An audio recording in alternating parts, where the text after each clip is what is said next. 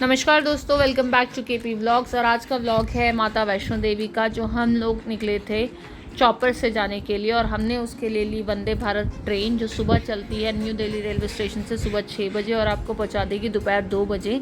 8 घंटे का सफ़र है वंदे भारत ट्रेन का। हमने पहली बार वंदे भारत ट्रेन से सफ़र किया, जो बहुत ही बढ़िया एक्सपीरियंस रहा हमारा। और लगा ही नहीं कि हम ट्रेन में ट्रैवल कर रहे हैं, मतलब ट्रेन इतनी अमेजिंग थी, बहुत ही कंफर्टेबल।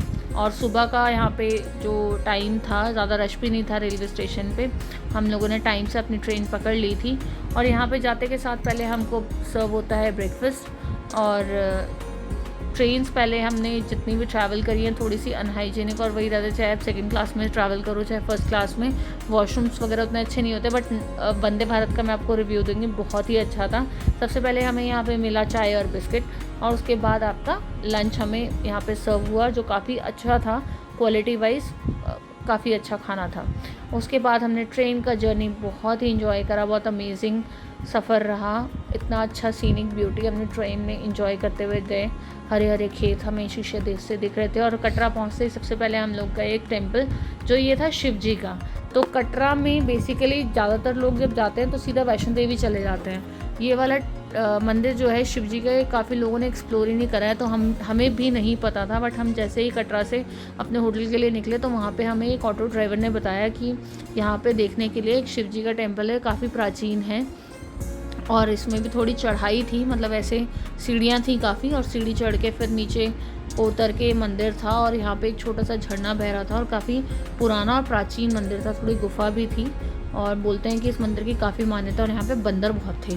तो एक बंदर ने तो इनफैक्ट मेरा पर्स भी छीन लिया था, तो बड़ी मुश्किल से मैंने फिर उसको कुछ खाने को दिया, फिर उसने मेरा पर्स वापस किया। तो जब भी आप ऐसे मंदिरों में जाओ, थोड़ा बंदरों से ज़रूर अब थोड़ा सावधान रहो, अपने खाने पीने की चीज़ें और या फिर फ़ोन चश्मा वगैरह संभाल के रखो। तो मंदिर से आने के बाद हम लोग, रात हो गई थी, तो फिर उसके बाद हम लोगों ने कटरा में खाना वाना खाया। और सुबह मॉर्निंग हमारा था चॉपर, जो हमें लेना था। और यहाँ पे चॉपर से जाने के लिए पहले हमें वैन से चॉपर तक जाना, मतलब इनकेस टिकट काउंटर तक जाना पड़ा। और टिकट काउंटर पे जाते ही फिर हमने सांझी छत तक चॉपर लिया। सांझी छत से हमें घोड़े पे आगे भवन तक जाना था। तो अच्छा सफ़र था। हम लोग पहुँचे भवन में जय माता दी के जयकारे लगाते हुए। और थोड़ी बहुत ठंड थी, एक जैकेट से मेरा काम चल गया। और देखिए भवन कितना सुंदर लग रहा था, बहुत ही सुंदर व्यू था। और फिर भवन से यात्रा करने के बाद, माता रानी के दर्शन करने के बाद, हम लोग निकले भैरव जी के लिए, जिसके लिए हमने लिया ट्रॉली, मतलब रोपवे। और भैरव जी हम लोग, ज़्यादा भीड़ नहीं थी क्योंकि थोड़ी बहुत हमारी थोड़ा रेफरेंस भी था, तो हमें इजीली हम लोग लाइन ज़्यादा नहीं लगना पड़ा। और हम लोग भैरव जी के दर्शन के लिए पहुंच गए। और भैरव जी से आप देखो व्यू कितना सुंदर दिखता है, माता रानी का भवन भी इतना सुंदर दिखता है। और भैरव जी के दर्शन करने के बाद हम लोग वहाँ से फिर नीचे उतरने के लिए जा रहे थे, लेकिन हमने सोचा पहले यहाँ पे थोड़ा सा फ़ोटो सेशन वगैरह कर लेते हैं। यहाँ काफ़ी भीड़ थी, काफ़ी लोग आ रखे थे। आपको पता ही है वैष्णो देवी में भीड़ तो थोड़ी रहती ही है। और ज़्यादा वैसे हमें थकावट इसलिए नहीं हुई क्योंकि हमने चॉपर से ट्रैवल किया था। चॉपर से हम लोग भवन तक आए, उसके बाद फिर हमने रोपवे ले लिया।